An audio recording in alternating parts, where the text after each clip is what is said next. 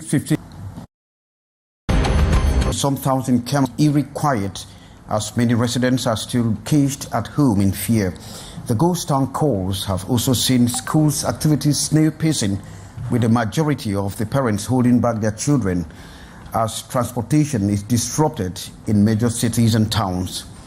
And Cameroon's third and final parliamentary session for 2025 opens today in Yaoundé, barely a week going post-electoral tensions. In this opening remark, House Speaker urged young people to refrain from violence, arson, and destruction. Top stories.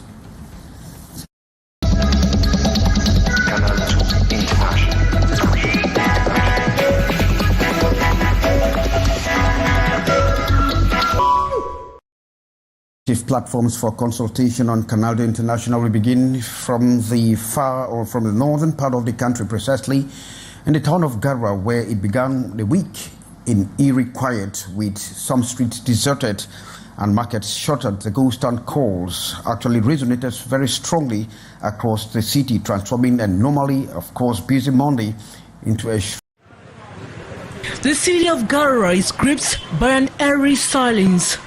Shops that are usually bustling with activity remain closed this Monday, November 3, and only a handful of vehicles can be seen on the roads. The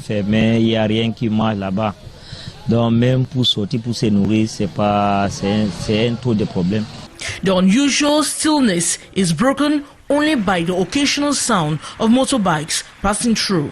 Despite the difficult atmosphere, residents seem united in a shared sense of purpose.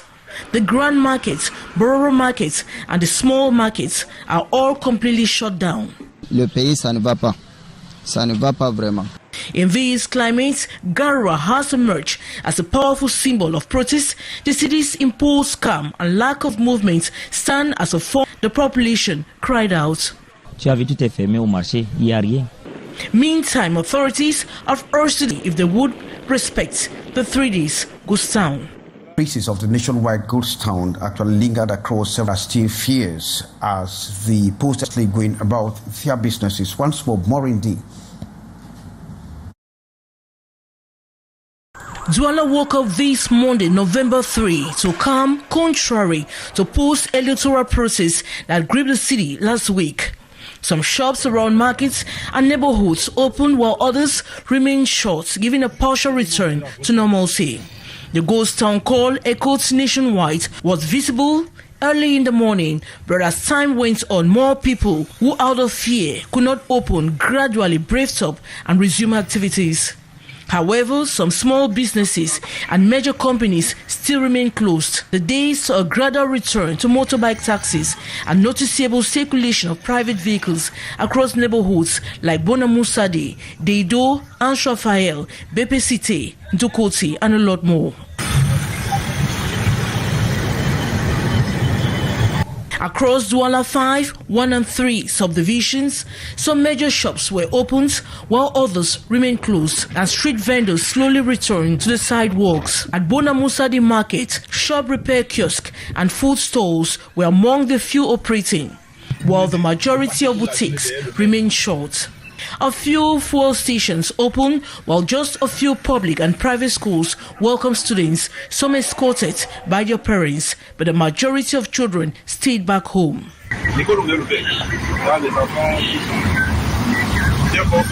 Talking with some residents, many expressed fear of having their shops vandalized, while others could not clearly say if they were respecting the ghost town or not. The fear of the unknown is still visible on the faces of many, even with the gradual return of activities in Cameroon's economic hub, Dualas.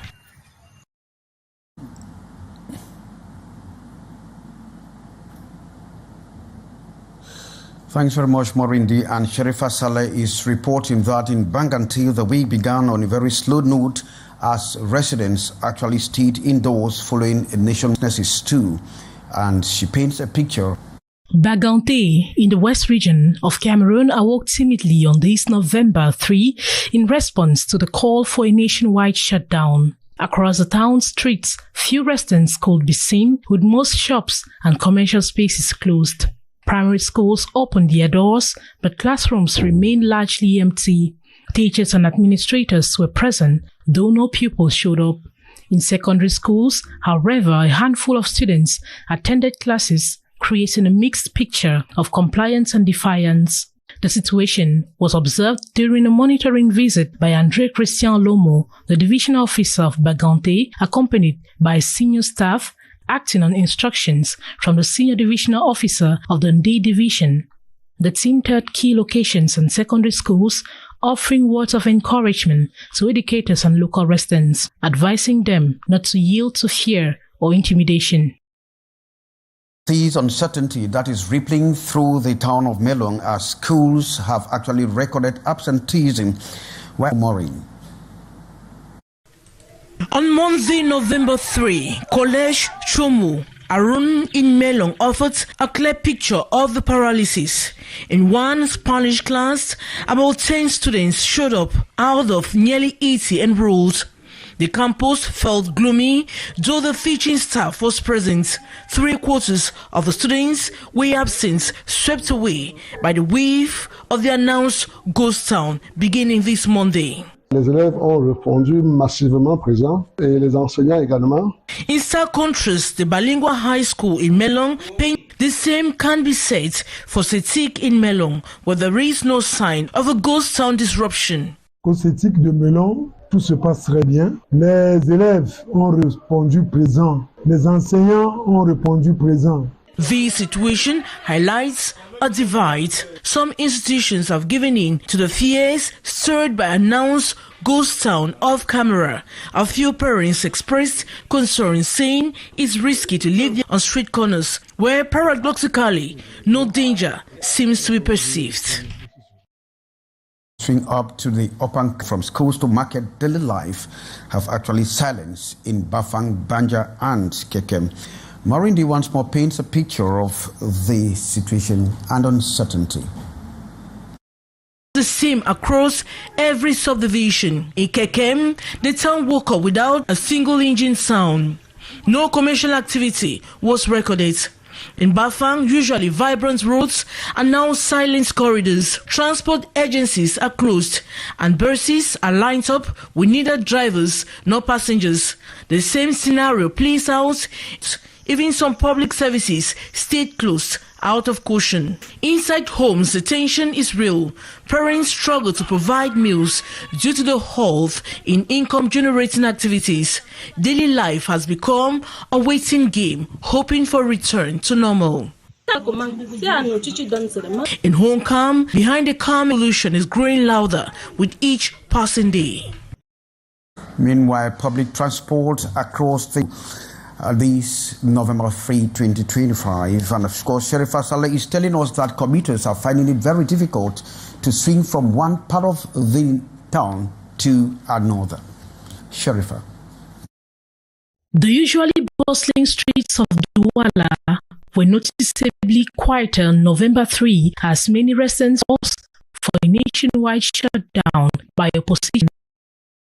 Well, we are sorry for that, the poor quality of that report. We are moving over to Yaoundé, where Beatrice Ngamo is telling us that young people are being sensitized as they are confronted with post-electoral violence. Of course, this took place in the Yaoundé University 1, where a local NGO actually brought some students together. Water and grow peace, our fundamental heritage. GHS Mbalatu, a private college, and the government high school Chinga, alongside students of the Faculty of Medicine and Biomedical Sciences under University of Yaoundé 1. Because without peace, we can't do nothing. We can't work, we can't go to school. We are in the field today to say no to troubles. We need to see our children finish the academic year very well, without any problem, without any issues. Words that goes with flyers, which they distributed to the students in all the 4 learning. That of their parents. So coming to talk to them about peace is a very important initiative, and we do appreciate it. Finding them in school and their classrooms this Monday with the rumors of Ghost Town, saluted by the peace ambassadors who came to instill in them patriotic, cultural and traditional values. We are here to tell them, you are the youth of today. and the generation of tomorrow, you need to preserve your peace to be able to stay in your own country and to develop it. Opportunity to also express their worries as they listen to the peace ambassadors, urging them to concentrate in their education. This against the backdrop that they are a sensitive group as far as manipulation is concerned, but they should not fall prey to the different political call. The school sensitization peace therapy that kicked off this Monday, November 3rd, will run till the 14th. Thanks very much, Beatrice Ngamo. We remain in Yaoundé, where traveling agencies in Yaoundé have disrespected the ghost town calls and have been operating this Monday, though activities are actually slow. And Ate Bonaventure is actually reporting.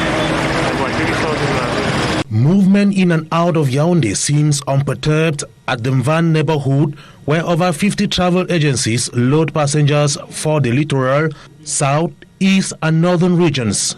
Had it been people parked their vehicles, we could have also parked. But people this side, from Yaoundé, Bolova, Sangmalima, everybody is walking. So I don't know why I should park the car alone. It is a usual daily hustle for most drivers, loaders and conductors who have opted to shun ghost town calls and work for their daily bread. We are not politicians. We are people that are trying to have something to eat. Let us not enter in that dance that does not concern us, according to me. Yes. So everybody should walk. Look, everything is now. You go to the market, you see tomato is 20,500. Only one onion is 500. You see, we are really suffering. A few agencies that ply the west and northern regions have decided to close their doors and observe the atmosphere for fear of unknown. The Olembe Motor Park has also been on the move, though some agencies that ply the west region are still expecting to have full bus, nonetheless of income. Thanks, Ate Bonaventure. And Cameroon's third and final parliamentary session for the year 2025 has opened this Monday. And of course, House Speaker Kavayege Jibril has called on young people to refrain from violence, arson and destruction as the country is experiencing a wave of post-electoral violence. Hyacinthia reports from the Glass Palace.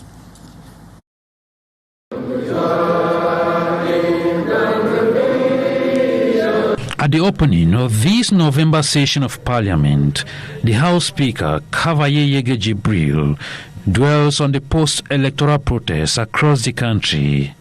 On behalf of the members of Parliament, he condemns the burning, vandalism and looting by the protesters, stating that irrespective of the anger and political differences, Cameroonians have the common goal of protecting the nation. La destruction des biens publics et privés. Certains ont malheureusement perdu la vie. And while Kavayege Jibril is addressing the lawmakers in the presence of the government bench led by the Prime Minister Joseph Dion Goute, here are the MPs of the Cameroon Democratic Union, the CDU, led by Honorable Kopi Adamu, protesting what they describe as gross electoral fraud, numerous irregularities of the process, and the silence of the head of state on the post-electoral killings. And for this third and last session of 2025, there are two main items on the agenda. The swearing-in of the re-elected president, Paul Biya, will therefore be at the Paul Biya's Glass House in the days ahead to take oath, as tradition holds, before embarking on the next 7 years' mandate as the head of state. And as usual, the people's representatives will have to vote and adopt the 2026 state's budget. Thanks very much, Hyacinthia. You are drawing the curtains for this edition of the 6:15 with me, Kejang Henry at TMB. Thanking you for being there with us. News continues as well as programs on Canal International. From all of us, it's goodbye, and we are welcoming Mathieu Fanga with Le Débrief de l'Actualité Sportive. Goodbye.